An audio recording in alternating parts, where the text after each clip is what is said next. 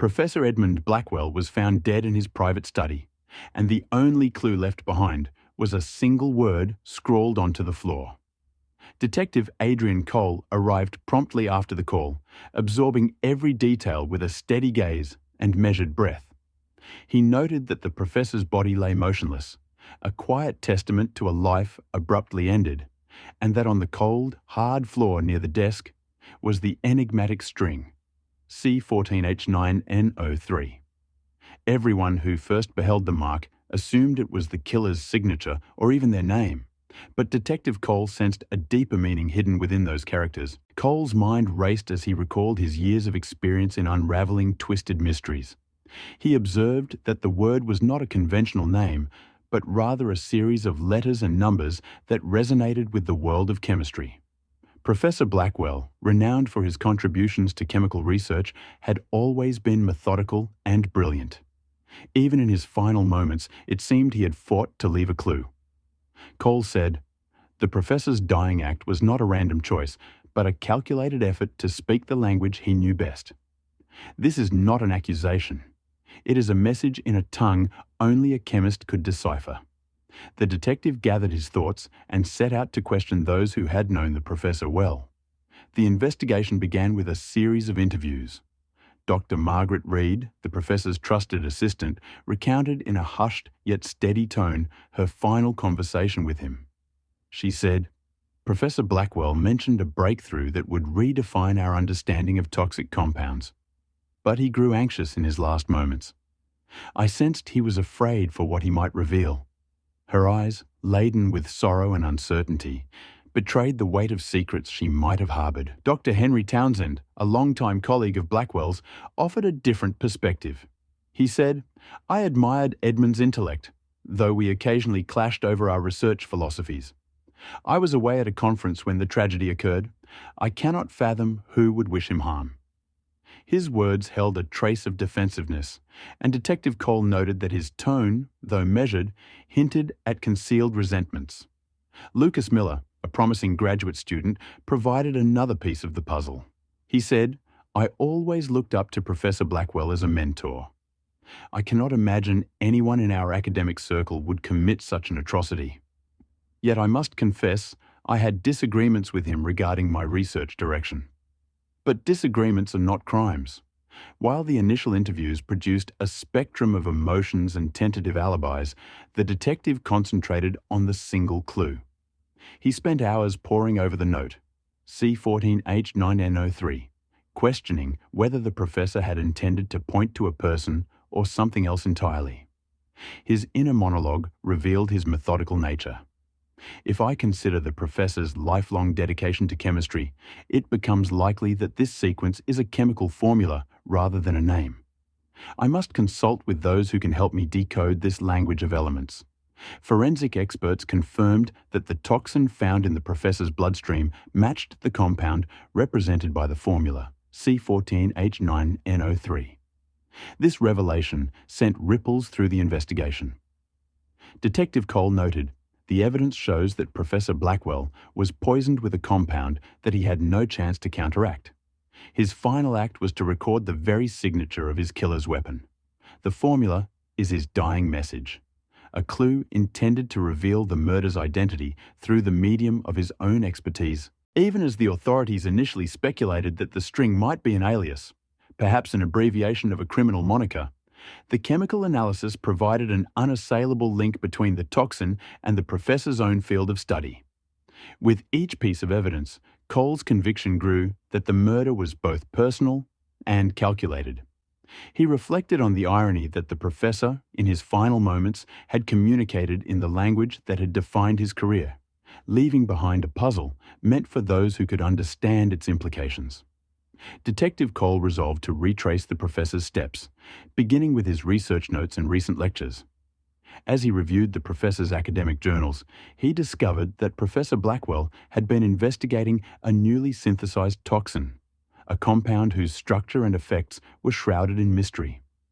Cole recalled the professor's often quoted dictum, "In the language of molecules, truth finds its voice," and he wondered if Blackwell had striven to expose a betrayal or cover-up within his academic circle.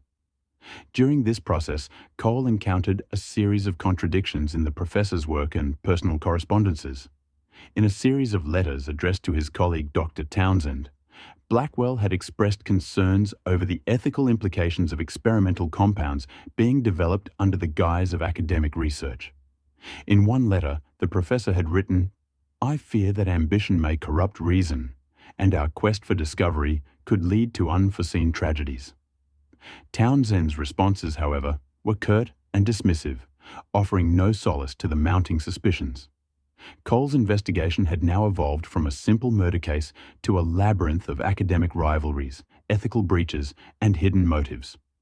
The detective's notes recorded each detail with clinical precision, and he mused, "The professor's message was not an attempt to mislead. It was a deliberate and ingenious method to reveal the truth through the very science he loved. I must now decode the implications of this formula and uncover the connection it has to those who stood closest to him." As the day drew to a close, Detective Cole retreated into quiet contemplation. The first phase of the investigation had revealed more questions than answers, and the single cryptic note haunted his thoughts. He concluded, "This is a case where the dead speak louder than words." Professor Blackwell's final act was to illuminate the path toward his killer, and I am determined to follow it to the end. The mystery of the dying message had only just begun to reveal its depths.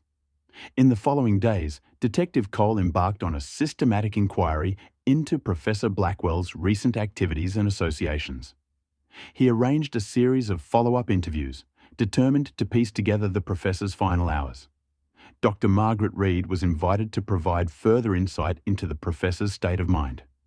In a measured tone, she recalled, "I observed that Edmund was increasingly agitated in the weeks before his death. He confided in me about unauthorized experiments and a colleague whose behavior had become inexplicably erratic." Her words, laced with regret and concern, hinted at an undercurrent of betrayal that had silently permeated the academic department. Cole's investigation turned its attention to the professor's research records.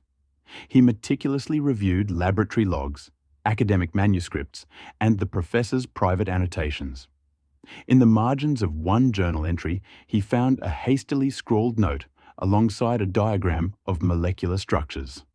The note read, "The formula shall reveal the betrayer." Detective Cole reflected, "It appears that Professor Blackwell anticipated the possibility of foul play and took the extraordinary step of leaving a clue encoded in his own research. Every line here speaks to the possibility of betrayal from within his trusted circle." Next, Detective Cole summoned Dr. Henry Townsend for a more detailed discussion. Townsend maintained a calm exterior as he reiterated his position. He said, "I was at the conference at the time of the incident, and I have no reason to harm Edmund. Our differences were merely academic. I respected his contributions, even if I did not always agree with his methods." Yet Cole could not ignore the subtle tension in Townsend's eyes and the unguarded flicker of bitterness that emerged momentarily when the professor's name was mentioned. The detective mused privately, "A man who claims respect yet harbors disdain is a suspect in more ways than one. I must probe further into his recent activities and communications." Lucas Miller, the bright yet troubled graduate student, was re-interviewed as well. He offered a candid reflection of his relationship with Professor Blackwell. He said, "I revered him, but I also felt stifled by his strict expectations. I had asked for guidance on a new project that he seemed to dismiss outright. I never wished him harm, but I admit that I was frustrated by his refusal to consider my ideas." While Lucas' admission of frustration was notable, there was no evidence to link him directly to the murder. Nonetheless, Detective Cole recorded his sentiments, aware that even minor grievances could occasionally escalate into catastrophic decisions. The turning point in the investigation came when forensic chemists confirmed that the poison found in Professor Blackwell's system was a synthetic toxin corresponding exactly to the formula, C14H9, NO3. Cole was astonished by the precision of the compound and noted, "Only someone with advanced chemical expertise could have synthesized and deployed this toxin. It was not a random chemical, but one meticulously designed for maximum lethality." He compared the properties of the toxin with the professor's own research, and the similarity was unmistakable. The professor had been working on a line of compounds that held promise for both therapeutic and nefarious applications. His final note was the culmination of his life's work, intended to expose the individual responsible for twisting that knowledge for destructive ends. Cole then convened an informal meeting with the forensic team. He said, "The compound found in Professor Blackwell's blood is not one that is commonly available. I require a full report on its synthesis, its properties, and the likely sources of such a compound in our academic community." The forensic expert responded, "Based on the molecular structure, the compound bears the hallmark of a laboratory that had been experimenting with analogues of naturally occurring toxins. It is highly likely that it was produced in a controlled environment rather than being procured commercially." This statement led Detective Cole to revisit the list of individuals who had access to advanced laboratory facilities. Both Dr. Townsend and Dr. Reed had access, but Townsend's history of independent research in synthetic compounds suddenly became more significant. In private musings, Cole observed, "A man who conducts experiments on dangerous toxins and has a history of conflict with his mentor becomes a person of interest. Yet I must not jump to conclusions without corroborative evidence." Over the course of the next several days, Detective Cole cross-referenced the professor's experimental notes with records from the laboratory equipment. He discovered that a unique batch of reagents, rarely used by anyone else in the department, had been purchased recently under a pseudonym. A name kept reappearing in the purchase logs was associated with Dr. Townsend. Cole quietly noted, "This is more than coincidence. The same reagents used in the professor's final experiment appear to have been ordered for independent synthesis by someone who was once his close colleague." Detective Cole then revisited Dr. Townsend for clarification regarding his research expenditures. Townsend's tone shifted ever so slightly when asked about the reagent orders, and he said, "I have maintained an independent research fund for my experiments. I cannot comment further on administrative records that pertain to general laboratory supplies." His refusal to offer a straightforward answer did not escape the detective's notice. Cole thought, "A man who shrouds his own research in mystery may have much more to hide than a mere academic dispute." Even as suspicions gathered around Townsend, Detective Cole remained methodical. He spent long hours reviewing phone logs, emails, and even casual conversations overheard in the department's corridors. In one recorded voicemail, Professor Blackwell had urged, "Trust not those who wear the cloak of intellect if their hearts are darkened by ambition." Though the message was cryptic, it resonated with the pattern of clues that now pointed toward internal betrayal. Cole recorded in his journal, "Every piece of evidence appears to be a part of an elaborate puzzle constructed by a man who knew the professor's mind and his methods." The dying message was not meant to cast blame at random, but to highlight the hand that had long been tampering with the purity of knowledge. At length, the cumulative evidence began to narrow the field of suspects. While Lucas Miller and others expressed emotional distress or minor academic disagreements, the trail of chemical evidence, coupled with the professor's urgent warnings, increasingly implicated Dr. Henry Townsend. The detective's analytical mind, ever cautious of confirmation bias, insisted on further proof. He arranged a final, in-depth interview with Dr. Townsend, stating calmly, "I must ask you again about your recent procurement of specialized reagents and your research on synthetic toxins. These details are not trivial and must be clarified if we are to understand what transpired." Townsend's face betrayed a flash of anxiety before he recovered his composure. He said, "I have devoted my life to advancing the frontiers of chemical science. Sometimes that pursuit leads to decisions that are misunderstood. I assure you, my experiments are strictly for academic purposes and pose no threat to our community." Yet the underlying tremor in his voice, and the fleeting hesitation before his responses, was noted by Detective Cole as a crack in the facade of innocence. In the silent cadence of the conversation, the detective's inner voice murmured, "Ambition, when left unchecked, often becomes the breeding ground for treachery. And here, ambition may well be the motive behind a calculated murder. By the close of this phase of the investigation, Detective Cole had assembled a tapestry of clues that converged on a single point.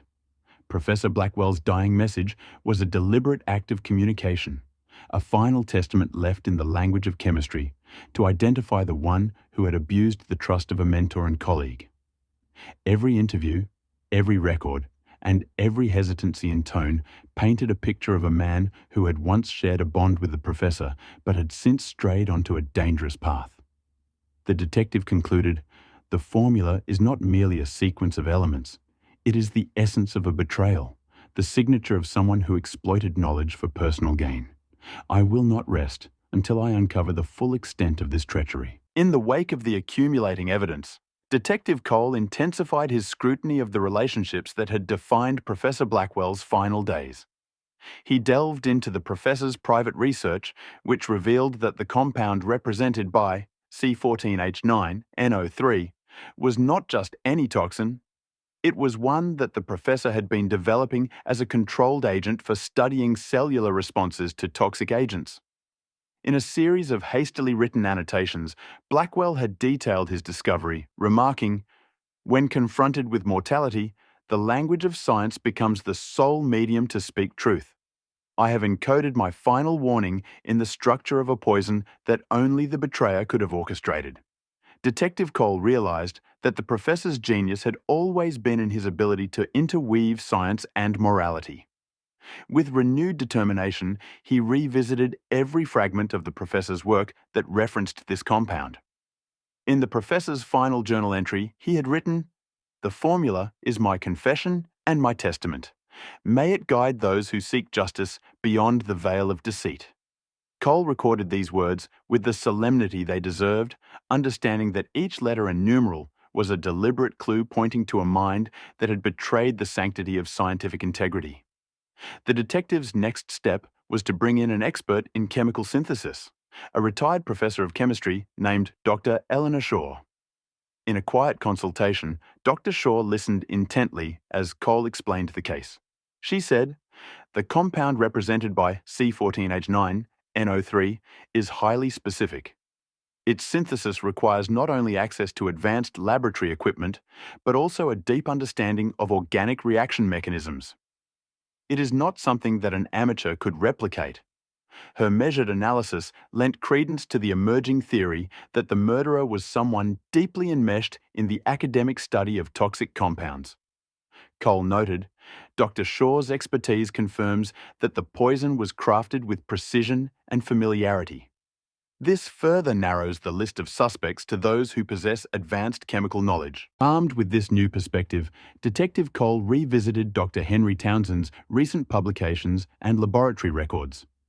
He discovered that Townsend had recently been experimenting with analogues of naturally occurring toxins, experiments that bordered on the illicit if not for the veneer of academic inquiry. In a private conversation with a colleague, Townsend had confided, "I have been treading a fine line between groundbreaking discovery and dangerous overreach. I fear that the day of reckoning draws near, yet I cannot turn back now." Although this conversation was not recorded, it was relayed through whispered accounts from within the department, and Cole recognized that it provided a glimpse into Townsend's inner turmoil. The detective's intuition, sharpened by years of solving complex puzzles, began to solidify around one undeniable conclusion. Dr. Henry Townsend had both the means and the motive to commit the murder. The professor's dying message, encoded in the language of his life's work, was an ingenious attempt to cast a light upon the dark recesses of academic betrayal. In a quiet moment of reflection, Cole recorded his thoughts. Professor Blackwell's final act was to identify the instrument of his demise. The chemical formula is not a random string of characters, but a carefully chosen indicator of the murderer's signature method. Only someone with intimate knowledge of this compound could have orchestrated its creation and deployment. Detective Cole arranged one final meeting with Dr. Townsend in a setting of controlled conversation. He said directly, "Dr. Townsend, I must ask you plainly. Did you ever possess knowledge of synthesizing compounds similar to C14H9NO3, And can you account for the procurement of the reagents necessary for such an endeavour? Townsend's face grew pale as he replied, I have conducted research in that area, yes, but my work was always documented and under strict ethical guidelines. I have nothing to hide. Yet as Townsend spoke, his eyes darted momentarily to the corner of the room, betraying an inner conflict that did not align with his calm words. Cole pressed on. Your records indicate that you ordered a unique set of reagents, and those very reagents are consistent with the synthesis of the toxin found in Professor Blackwell's system. How do you explain this correlation? Townsend hesitated before saying, I cannot recall every detail of every order, Detective. My research spans many projects, and not every purchase is subject to immediate scrutiny. The evasiveness in his tone was unmistakable. In his internal dialogue, Detective Cole concluded, the pattern is too consistent to be a mere coincidence. The professor's warning was aimed at someone who had strayed from the path of ethical research, a man whose ambition overshadowed his integrity. As the conversation deepened, Townsend's facade began to crumble. In a moment of near breakdown, he muttered, I did what I thought was necessary for progress, even if it meant sacrificing old loyalties. Though he did not directly confess, the admission was enough for Detective Cole to piece together the narrative. He recorded in his case notes, the motive is clear. A man driven by ambition and the desperate need to push boundaries at any cost. When confronted by the professor's revelations, Townsend found himself ensnared by his own creations. Detective Cole's investigation now had a name, a motive, and a chemical signature that tied directly to the crime. The professor's meticulously engineered dying message had illuminated the path to the true culprit.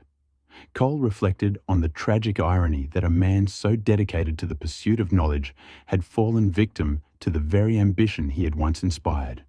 He concluded, in the final act of his life, Professor Blackwell gave us the key to his murder.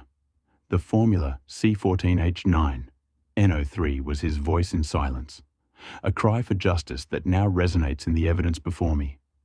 With mounting evidence and the weight of the professor's final words behind him, Detective Cole prepared to confront Dr. Henry Townsend. In a meeting arranged in the quiet confines of an administrative office, Cole presented his findings with deliberate calm. He said, Dr. Townsend, the evidence is irrefutable. Professor Blackwell's dying message was not a random accusation, but a deliberate encoding of the toxin's chemical formula.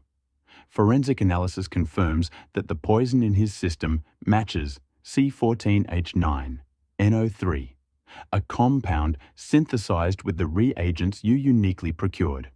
Townsend's composure wavered as he absorbed the weight of the accusation.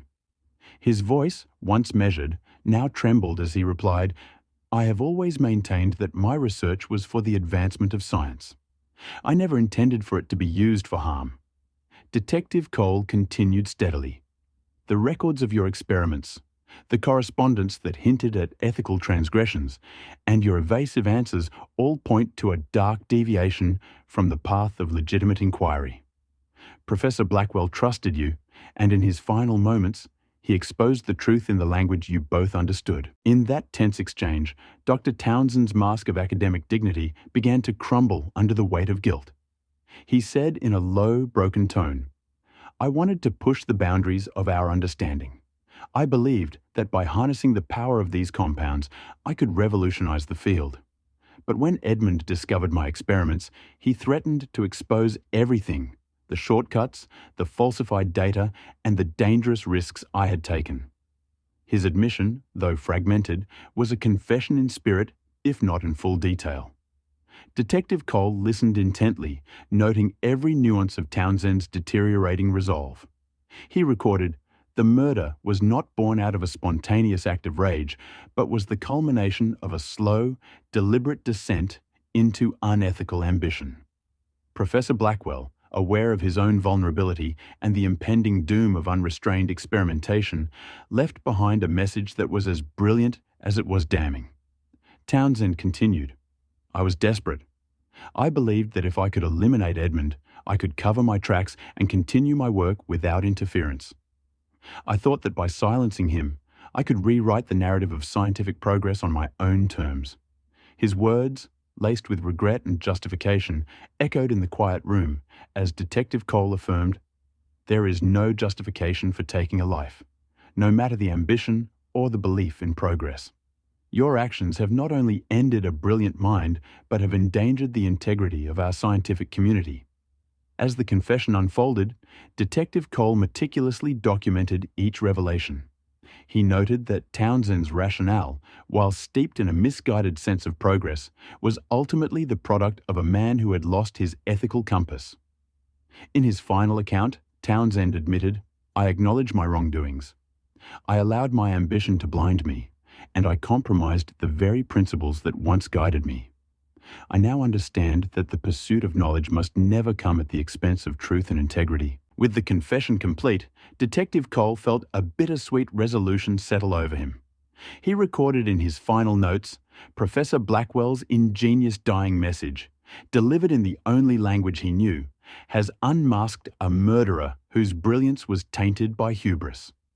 The formula C14H9, NO3, stands as both a warning and a memorial, a testament to the lengths one will go when blinded by ambition. In the days that followed, Dr. Henry Townsend was formally charged with the murder of Professor Blackwell. The academic community, shaken by the betrayal of one of its own, began to reassess the boundaries of ethical research and the consequences of unchecked ambition. Detective Cole, reflecting on the case, said quietly, "In every tragedy there is a lesson. Here, a man's final act of courage in revealing the truth has led to the unmasking of a dark secret. It is my hope that Professor Blackwell's sacrifice will serve as a beacon, guiding future generations to honor the sanctity of truth in all their endeavors." The resolution of the case did not erase the sorrow that permeated every corner of the academic circle, nor did it mend the trust that had been so callously violated. Yet it did restore a measure of justice. Detective Cole, standing alone with his thoughts, recalled the professor's parting words recorded in his research journal and realized that even in death, a mind committed to truth would always find a way to speak. He concluded, "In the final moments of life, Professor Blackwell chose to speak in the only manner that truly mattered, the language of his life's passion. His dying message is a legacy that will forever remind us that truth, when articulated in its purest form, is indomitable." Thus, the case of Professor Blackwell's murder was closed not only with the arrest of the culprit, but with the enduring reminder that the pursuit of knowledge is a sacred trust. The formula, once misunderstood as a mere moniker for a killer, had instead become the key to unveiling a betrayal born of ambition and ethical decay. Detective Cole recorded in his final report, "Let it be known that in the realm of science and discovery, the language of truth is universal. May we all be guided by it, and may the memory of Professor Blackwell inspire us to seek justice in every whisper of evidence and every silent cry for help." In the aftermath, the academic community came together to honor the memory of a man who had given his life in the service of truth. Dr. Margaret Reed, whose loyalty had never wavered, established a scholarship in the professor's name, ensuring that his dedication to ethical inquiry would continue to influence future generations. Even Lucas Miller, still grappling with the complex emotions of loss and regret, vowed to uphold the standards of integrity that Professor Blackwell had embodied. Each individual in that circle was left with the indelible lesson that greatness, when mingled with ambition, demands responsibility, and that every act of betrayal ultimately unravels beneath the weight of truth.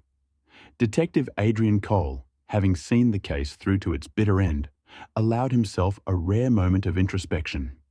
He recalled the professor's final message, and the irony that it was through the intricate language of molecules that a murderer was unmasked. In his final reflection, he said, "The dying message of Professor Blackwell reminds us that even in our darkest hours, there is a spark of truth that cannot be extinguished. May we always listen closely to the silent words left behind, for they may hold the answers we seek." The resolution of this case became a poignant chapter in Detective Cole's career. a reminder that the pursuit of justice often requires not only the unraveling of complex clues, but also an appreciation of the human spirit, capable of transcending even the most enigmatic messages. In the end, Professor Blackwell's voice, though silenced by death, continued to resonate, guiding those who remained toward a future where truth and integrity would prevail. And so, the case of the dying message came to a close. A mystery solved through a blend of scientific acumen, unwavering determination, and the indelible courage of a man who, even in his final breath, chose to speak the language of truth. This narrative, built upon layers of evidence and human emotion, stands as a testament to the enduring power of intellectual honesty. The professor's final act, encoded in the delicate interplay of elements, remains a reminder that in the intricate dance between ambition and morality, it is only truth that can light the way.